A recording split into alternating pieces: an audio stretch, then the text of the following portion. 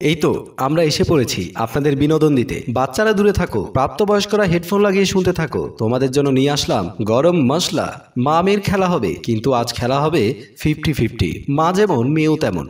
আপনারা এত সময় ধরে যে মেয়েটিকে দেখলেন, মেয়েটির নাম হচ্ছে মাহি। মাহি হচ্ছে এই বাড়ির একমাত্র মেয়ে। মাহি তার রূপের আগুনে অনেককেই পুড়ে ছাই করে ফেলেছে। আজ দেখা যাক কতজনকে ছাই করতে পারে। মাহি হেডফোন লাগিয়ে নাচ করছে। নাচতে অনেক বেশি পছন্দ করে। নাচের জন্য লেখাপড়া প্রায় শেষ করে দিয়েছে। এমন সময় আসলো দোলা বেগম। দোলা বেগম মাহিকে বলল, আজ কয়জনকে নিজের জালে ফাঁসাতে চাচ্ছিস? মাহি বলল, সকাল থেকে ঘুম থেকে উঠে দুজনকে ফাঁসিয়ে দিয়েছি, এখন দেখি সারাদিন কয়জনকে ফাঁসাতে পারি। দোলা বেগম বলল, মনে রাখবি মানুষকে ফাঁসাবি, কিন্তু নিজে কখনো ফাঁসবি না। মাহি বলল, মা তুমি আমাকে নিয়ে চিন্তা করো না, আমি তোমার মেয়ে, আমি জানি কখন কি করতে হয়। ঠিক আছে, তাড়াতাড়ি গোসল সেরে আয়, আমরা সবাই মিলে একসাথে খাবার খাবো।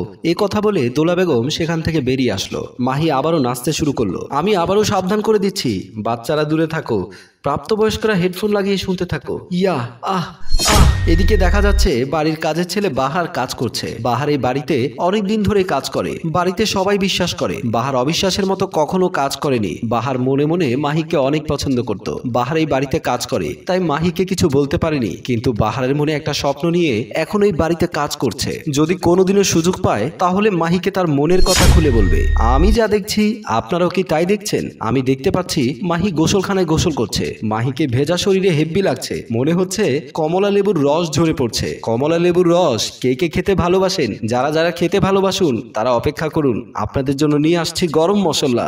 মাহি টয়লেটের ভেতরে গোসল করেই যাচ্ছে। এমন সময় দরজার সামনে চলে আসলো বাহার। বাহার এসে দেখতে পেল মাহি টয়লেটের ভেতরে গোসল করছে। বাহার মনে মনে ভাবছে, মাহিকে লুকিয়ে লুকিয়ে যদি একটু দেখতে পেত তাহলে বাহারের অনেক ভালো লাগতো।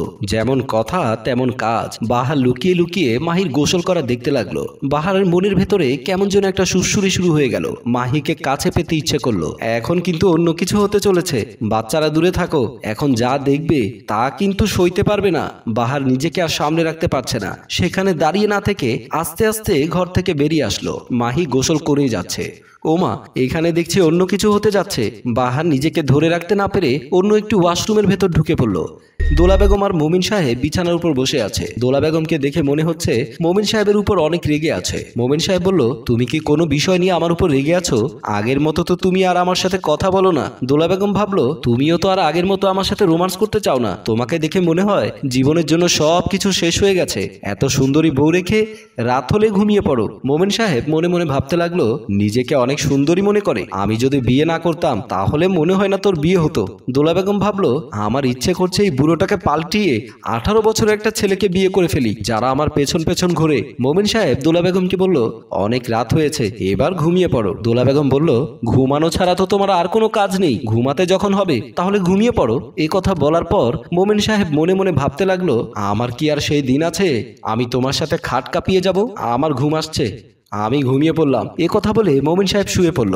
দোলা বেগম দাঁত কামড়িয়ে যাচ্ছে। পরের দিন সকাল হলে মাহি পড়ার টেবিলে বসে পড়ছিল আর ভাবছিল কাউকে নিয়ে অনেক দূরে ঘুরতে যাবে। মাহির নতুন অনেকগুলো বন্ধু হয়েছে, তাদের কাউকে নিয়ে যাবে। এমন সময় বাহার পর্দার আড়াল থেকে লুকিয়ে লুকিয়ে মাহিকে দেখছিল আর ভাবছিল, মেয়ে মানুষ এত সুন্দর হয় কি করে? এমন একটি সুন্দর মেয়েকে যদি আমি আমার ঘরণী হিসেবে পেতাম তাহলে আমার জীবনটাকে সার্থক মনে করতাম। তারপর মাহি খেয়াল করলো বাহার তাকে আড়াল থেকে দেখছে। মাহি যখন দেখে ফেলেছে, বাহার তখন ভয় পেয়ে গেল।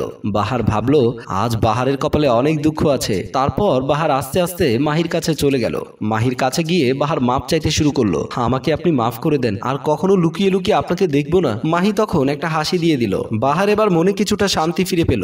মাহি বলল, ছেলে মানুষ আমার দিকে তাকিয়ে থাকলে আমার অনেক ভালো লাগে। তুমি আমার দিকে তাকিয়ে আছো, এতে করে আমার অনেক ভালো লেগেছে। তোমার যখন আমাকে দেখতে ইচ্ছে করবে তুমি আমাকে দেখতে পারো। বাহার মনে মনে ভাবতে লাগলো, আমি তো আপনাকে সব সময় দেখতে চাই, শুধু দেখতে চাই না, আমি আপনাকে আমার বাহু ডোরে আটকে রাখতে চাই। মাহি বলল, আমার জন্য এক কাপ চা বানিয়ে ঘরে নিয়ে এসো। বাহার বলল, ঠিক আছে, আমি এক্ষুনি চা বানিয়ে নিয়ে আসছি।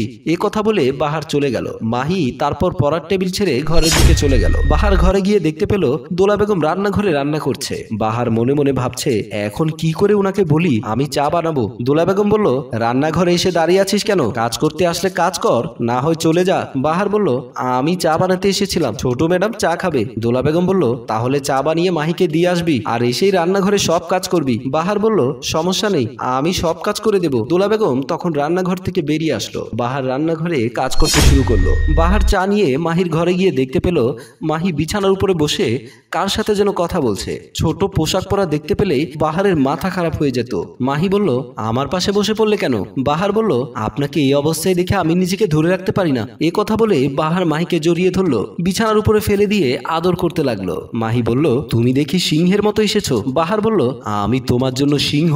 মাহি বলল, তোমার কিচ্ছু করতে হবে না, যা করার আমি করব। এই বলে মাহি বাহারকে জড়িয়ে ধরে বিছানায় ফেলে দিল আর রোমান্স করা শুরু করে দিল। এদের কাছে এসব যেন একটা নর্মাল ব্যাপার। গল্পটি শুধু বিনোদনের জন্য করা হয়েছে, কারো জীবনের সাথে মিলে গেলে আমরা কেউ দায়ী নয়। গল্পটি আপনাদের কেমন লেগেছে? গল্পটি যদি ভালো লাগে লাইক কমেন্ট শেয়ার করে পাশেই থাকুন। ধন্যবাদ।